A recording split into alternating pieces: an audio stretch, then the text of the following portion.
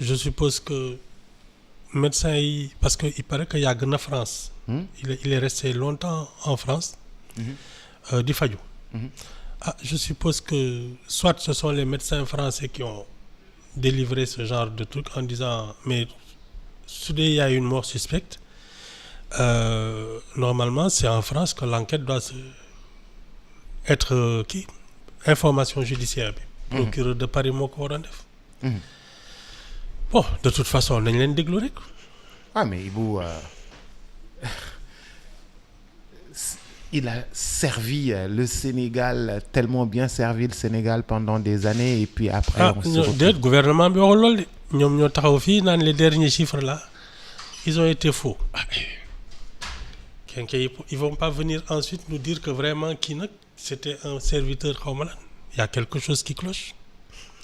Yow toogoo fii sa chef du gouvernement bi ne chiffres yi ñu fi wane depuis xaw ma ñaata année ils sont tous faux wala.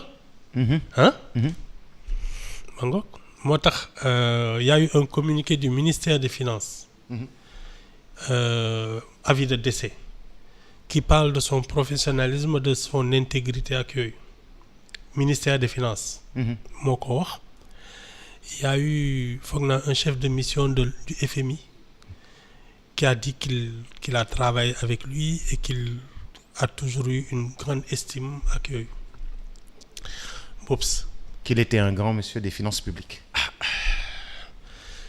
Tu sais c'est malheureux mais xam nga ñun dañu commencer tekkeeku parce que je pense que la mort d'un homme quel qu'il soit est une chose grave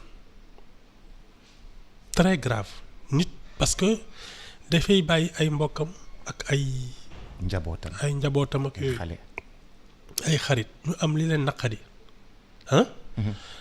je pense que par respect pour leur douleur on ne doit pas greffer des choses comme ça. Maintenant le procureur est libre d'ouvrir une enquête mais ñun lañ di déglu ba xam ba fu muy mujjee parce que man li ma fi xam les dernières par exemple mooy bi fi Ousmane Sonko ne dañ ko empoisonné. Waaw. mës na fi taxaw fii. Y avait une ko sottee benn produit. waaw ne dañ ko doon tentative d'empoisonner. les ça c'était les comment on appelle ça. xaw ma lan la woon de. ay genre lacrymogène la yu nekk en ci tout cas daal gaz yu nekk ci bouteille. nee na dañ ko tentative d'empoisonnement. avocat bi Maître Ciré Clédor Ly. ñu koy pousse ci chaise roulante pour mu dem Paris xaw ma. moom tamit. ba léegi ba sànq. ani analyse yi ani yooyu. tu sais Boubs la vie politique est une chose moo tax ma leen naan tout le temps c'est l'élite qui fait de la politique. C'est des gens d'abord qui savent se tenir, qui ont de la probité et qui sont soucieux du bien public, du respect de la République. On ne joue pas avec la mort des gens. Maintenant nag ñu ngi leen di déglu le procureur demande une enquête. Mais li nga wax ni yëpp qu'est-ce que ça a à voir avec la France? Qu'est-ce que ça a à voir avec... Moi je pense que si les médecins qui l'ont traité et qui ont constaté sa mort si ils avaient vu le suspect ils auraient averti la police française ou le procureur de Paris. Man loolu laa gën a gëm parce que les Français gëmuma ne ils ont quelque intérêt que ce soit à maquiller la mort de Moustapha Ba. ñoom seen yoon nekkul ci vie politique xam nga. Mais je demande qu'est-ce que ça a à voir avec l'empoisonnement dont tu parlais tout à l'heure. Mais c'est toujours non su dee ñun fii. Quand tu as un doute sur une analyse. xam nga France lañ koy yóbbu. waaw léegi nga bëgg yow les analyses des médecins français ñëw fii Sénégal ñu naan non. dañ koy seetaat. Y a pas quelque chose de bizarre chez toi? Non, j'avais pas fait le rapprochement. ñun. waaw fii. soo fi amee yenn analyse yi. lunettes yi sax. quand c'est compliqué. France lañ koy commandé. waaw.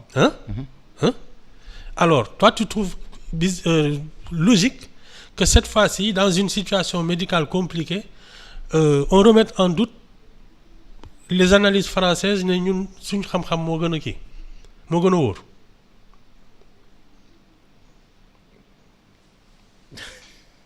waaw mais. non yow. mais ñun ñëpp ñoo bokk école yi ñu jàngee. médecin yu français yeeg médecin yi c'est pas une question de médecin yu jàng ak niveau médecin yi. Hein? C'est une question de même matériel et d'outils. fii suñu bëggee ay analyse ak yooyu. ah dañ koy yónnee en France souvent xaw ma kii waa Pasteur xaw ma. Institut su Pasteur leen fii jaaxalee duñ ko yóbbu à Paris. waaw ah. lunettes yi sax laa la wax soo koy commandé nga am ay affaires yi xaw a compliqué France lañ koy yóbbu. defaral la ko degré bi waaw degré lunette. waaw waaw ah. waaw du loolu. waaw. Maintenant ce sont les médecins sénégalais. qui doutent de l'honnêteté des médecins français. et de leurs compétences c'est bien. xëy na loolu mooy émancipation. mais procureur ñu ngi commencé émerger kon. mais procureur am na droit aussi taxawaay boobu. waaw s'il veut non moom kay il est dans son truc mais man de wax dëgg yàlla li ma xam ci Sénégal ak France ci diggante bi. su doon am na kuy solliciter expertise. bu Sénégal mooy dem France mais du expertise française la ñuy indi fii naan vérifier leen ndax ñii li ñu wax dëgg la. Voilà, ça te semble pas bizarre? Mais est-ce qu'il y a une connotation politique dans cette... Moustapha Ba a été le dernier ministre du dernier régime. Oui. Des Finances. Indil nañ ko fi coow loo xam ne sur ay falsification de chiffres. C'est la suite. C'est tout. Tu sens une connotation politique. Ah oui. qui... Ah oui.